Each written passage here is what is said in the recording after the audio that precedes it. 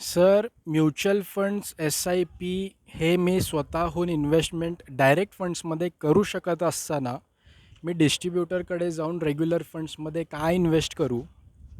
असा बऱ्याचशा लोकांचा प्रश्न होता. तुम्हालासुद्धा त्याच्या पाठीमागचं उत्तर जाणून घ्यायचं असेल तर अकाउंटला फॉलो करायचं आहे. मित्रांनो, तुम्हाला जर मी म्युच्युअल फंड डिस्ट्रिब्युटरच्या कमिशनचं जर सत्य सांगितलं, तर तुम्हाला विश्वास बसणार नाही.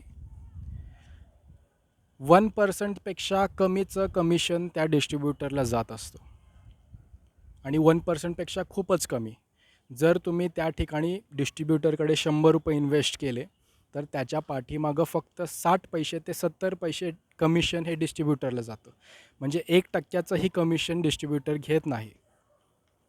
पण तुमच्या पोर्टफोलिओमध्ये 15 ते 20 वर्षांच्या दरम्यान जवळपास 2 ते 3% फरक डिस्ट्रिब्युटर पाडू शकतो आणि 1%चा फरक जरी तो पाडू शकला, तर 20 ते 25 वर्षांच्या ड्युरेशनमध्ये तुमच्या पोर्टफोलिओमध्ये 50 लाख ते 1 कोटींचा फरक डिस्ट्रिब्युटर पाडू शकतो.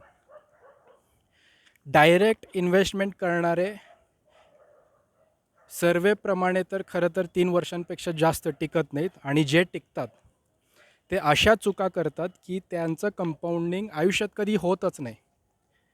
अधूनमधून विड्रॉल करणे, एका फंडमधून दुसऱ्या फंडमध्ये स्विच करणे, पोर्टफोलिओमध्ये 15-15, 20-20 एस-आय-पी असणे, 30-30 फंड असणे, हे अशा मोठ्या चुका आहेत की ज्यामधून तुमचा पैसा कधीच बनणार नाही.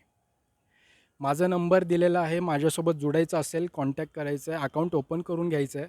दुसरीकडे अकाउंट असेल तर तो ट्रान्सफर करून घ्यायचा आहे आणि व्यवस्थितपणे प्लॅन्ड पद्धतीनं तुम्हाला फायनान्शियल प्लॅनिंग करूनच एस-आय-पीला सुरुवात करायची आहे.